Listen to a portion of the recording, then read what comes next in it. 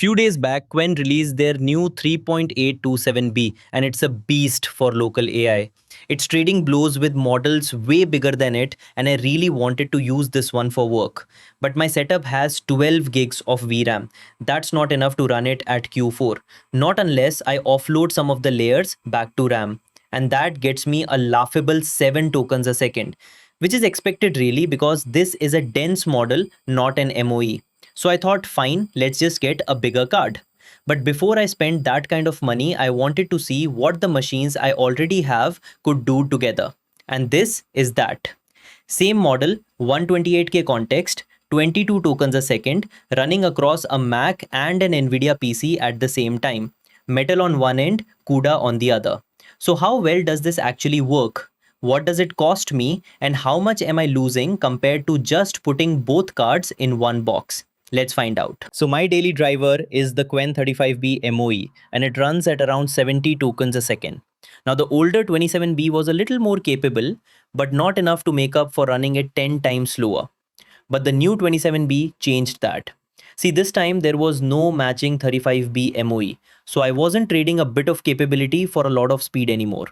I was logged out of the best model I could actually run by a few gigs of VRAM, and that one really hurts. Okay, so I ran it anyway with the layers offloaded. 7 tokens a second against 70. Yeah, I can't work like that. So that left me two options. Buy a 24 gig card like a 3090 or add another 3060 and build a multi GPU box. But before I bought anything, I wanted to try the hardware already sitting in my house. A Linux PC with CUDA, a Mac with Metal, talking over my local network. Now, that sounds like a terrible idea. But in theory, the weights only cross once during loading. And after that, the traffic is mostly activations. And if that stays small, then maybe the network isn't the problem everyone assumes it is. Now, if you only have one machine, stay with me. The MTP trick later in the video works on a single card too. And if you just want the result without the context, the TLDR is in the pinned comment. But if you're here for the journey, buckle up.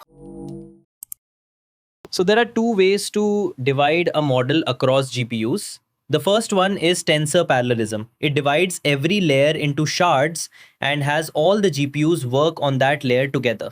Now that can add speed as well as memory, but it needs the devices to talk to each other on every single layer.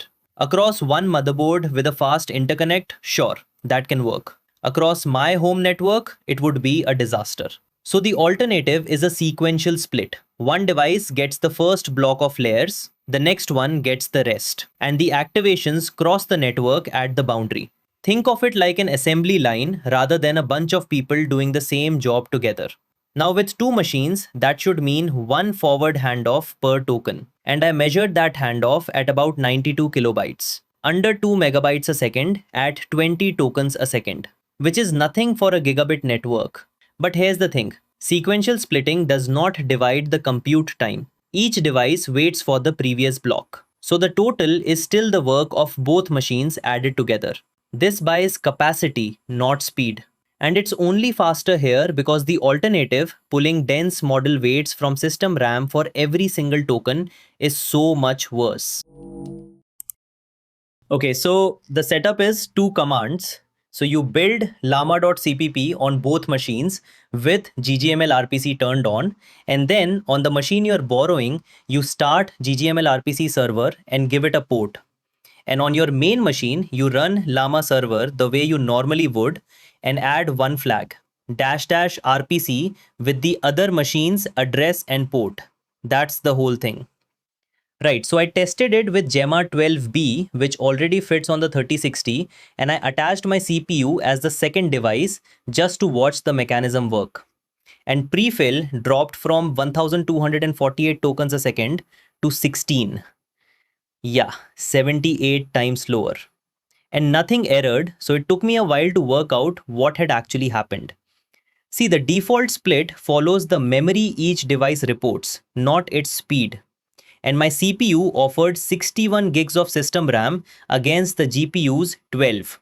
So it took most of the layers and computed them at CPU speed. Okay, I agree, that was a stupid run. But now I know that it actually works. So let's use a real GPU on the other end. And I brought in the 1060. And generation dropped from 39 tokens a second to 24. Because the 1060 is much slower than the 3060, and in a sequential split, the faster card just spends that difference waiting. So both smoke tests were worse than using one device. But neither of them tested the case I actually cared about, a dense model that can't fit on the card at all. Okay, so let's do the real one. Qwen 3.8 27B, the model I actually came for. Dense, 16 gigs, and it doesn't fit the card. Now the 3060 and the Mac together with the layers split across both. And it loads the whole model. No offloading to system RAM, just sitting in GPU memory across two machines, which is 13.7 tokens a second against 6.8 on the 3060 by itself. Except the Mac on its own does 14. So I wired two machines together, split a model across a network, and landed on the number that one of those machines gives me for free. I mean, the 3060 might as well be switched off. Anyway, I went looking for where the speed was going. Now, my first guess was the layer order because that's the one I've been burned by before. If llama.cpp splits them badly, you can end up with your local and remote layers interleaved. A few here, a few there. And then you're crossing the wire dozens of times per token instead of once. And there's a flag for that, -dev, where you tell it what order your machines go in. And you can check it worked by looking at how much data crosses per token. So mine showed 92 kilobytes, which is about one forward handoff, meaning the order was already right. Still, worth knowing that number though, because if yours is up in the megabytes, your layers are interleaved and you just haven't noticed. Right, quick side note. If you like these kind of breakdowns and experiments, pushing the limits of local AI, running models that we can't normally run, that's the kind of thing we do on this channel. So subscribe if that's your thing. There's a lot more coming. Now back to the video. Okay, so I changed the tensor split, which controls how much of the model each machine holds. And moving more layers onto the 3060 helped until a 7.5 to 2.5 split. An 8 to 2 split that wouldn't load at all. And near that limit, performance actually started going backwards. The weights fit, but the card had no room left for the KV cache and the compute buffers.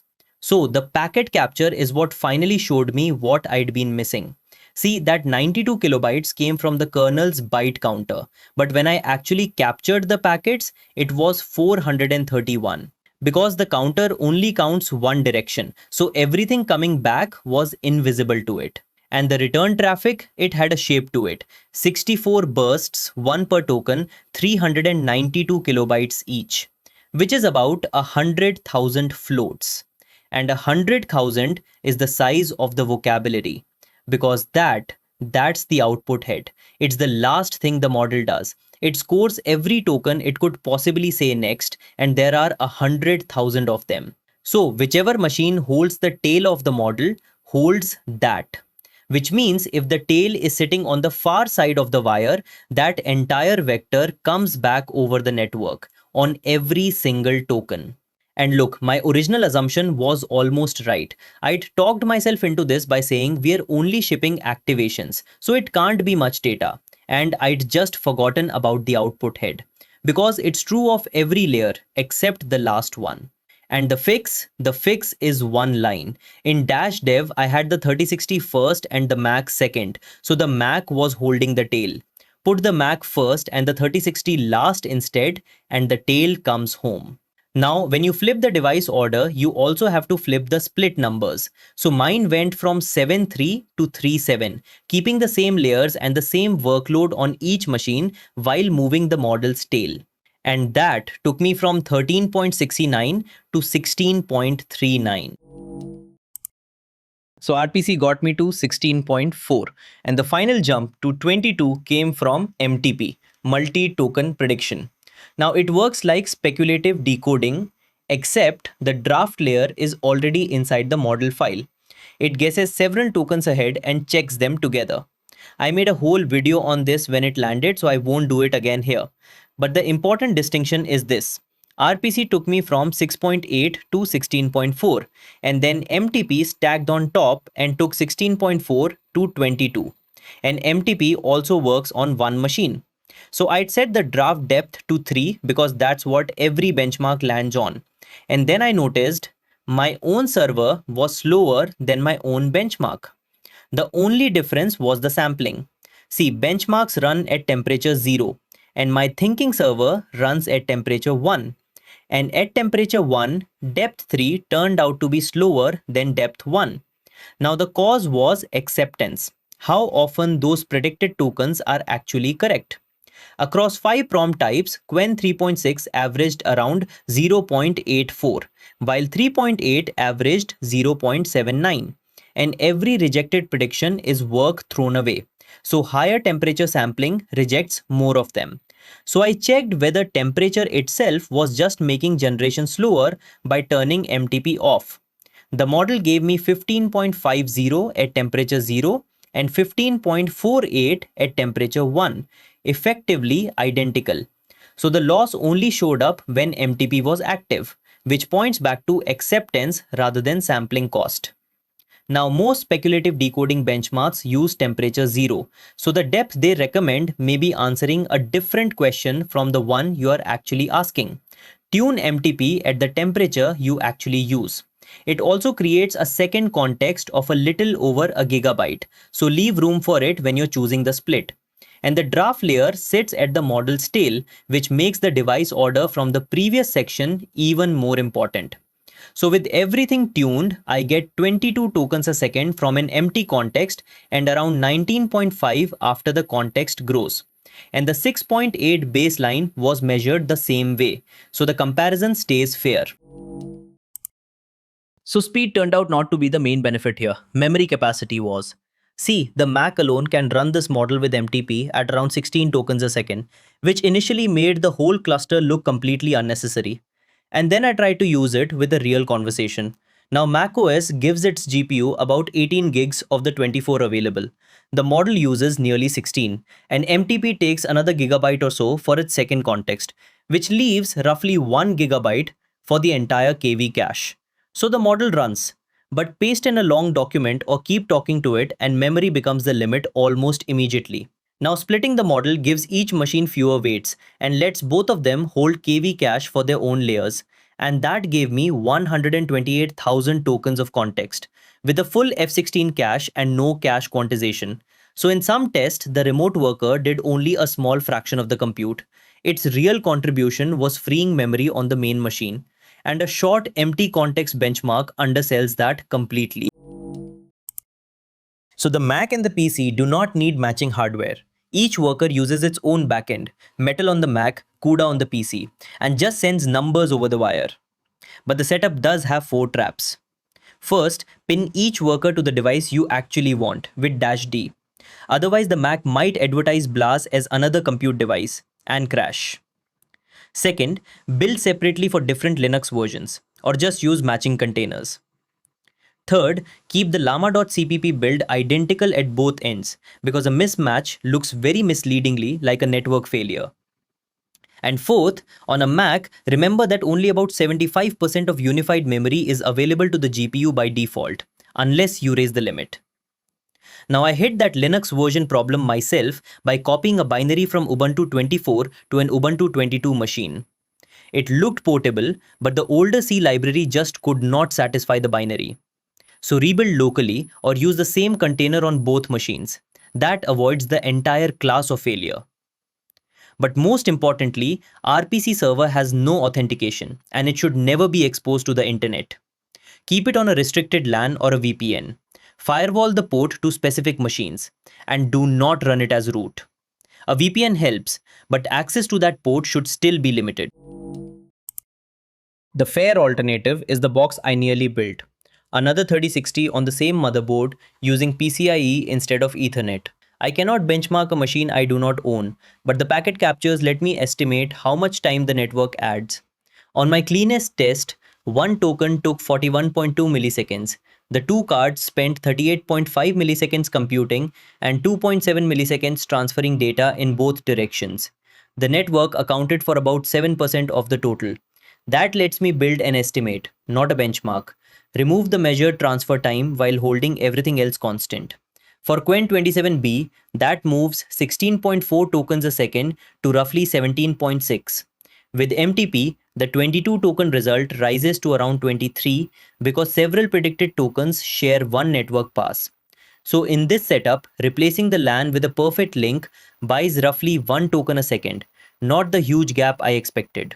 The slowest device was the main bottleneck, not the wire. That does not make every network equal. Latency compounds across handoffs, and Wi-Fi was roughly half as fast as Ethernet during pre-fill, even when generation looked the same. Keep this local and wired if you can. The 7% figure also assumes a clean layer order with only the necessary crossings. My worst configuration crossed the network 8 times per token and paid closer to 14%. Even there, compute on the slowest device remained the larger cost. A single multi-GPU box can also use tensor parallelism, which this sequential network layout cannot. That is a real advantage, but it requires the right model support and a sufficiently fast interconnect. So, what does all of this actually cost me? Well, the first cost is imbalance. I added the slower 1060 as a third worker and generation dropped from 13.2 to 11.6 tokens a second because the faster machines were just sat there waiting for it. And device order made this even worse, putting the model's tail on the weakest network link that initially produced a 33% drop. But fixing the order reduced that penalty to 12%. So with more than 2 machines, put the tail on the best link rather than blindly keeping it local. Now the second limit is the model type, because this entire success case is a dense model. Okay, so a 54 gig MOE gave me 12.5 tokens a second on one tuned machine and 12.4 across two, which when you think about it does make sense. I mean, only a few experts run per token, so leaving inactive experts in system RAM was already cheap. RPC had almost nothing to recover. And I saw the same thing on a smaller 26B MOE.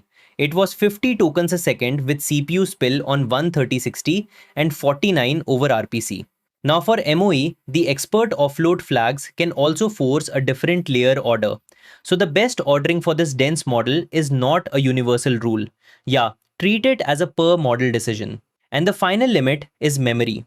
So I tried a 155 gig model with only 73 gigs of local memory, and both GPUs sat at 6% utilization while the weights streamed off the disk. But that machine needed more RAM, not more accelerators. So before you tune a split, check GPU utilization, because if it stays in single digits, the GPUs probably are not your bottleneck. So should you actually do this? Well, it depends. It depends on the shape of your model. If it's dense and too big for your card, then yes, this is worth doing. That's the case I've been in all video, and it runs somewhere between 2 and 4 times faster than spilling into RAM. If it's dense and it already fits on one card, then don't. You'll lose about 40% for your trouble. If it's an MOE that nearly fits, it's a wash on generation. Prefill gets better and it improves the deeper your context goes. So it's worth it for long documents and not for much else. And if it's an MOE far too big for everything you own put together, it won't help at all because you're disk bound and your GPUs are idle regardless. So on my setup, the dense Qwen 27B went from around 7 tokens a second with RAM offloading to 22 across the Mac and PC. And against the Mac alone, the gain is a more modest 1.6 times. Both numbers are useful, they just answer different questions. Now if you only have one card, MTP and temperature specific draft depth tuning still gave me about 1.5 times more speed without another machine. So before buying a bigger GPU, check whether the model is dense or MOE and whether your bottleneck is actually GPU compute, because that answer matters more than the number of machines you can connect. And if you've got machines sitting there doing nothing, tell me what's in them. Comment it down below and I'll see you on the next video.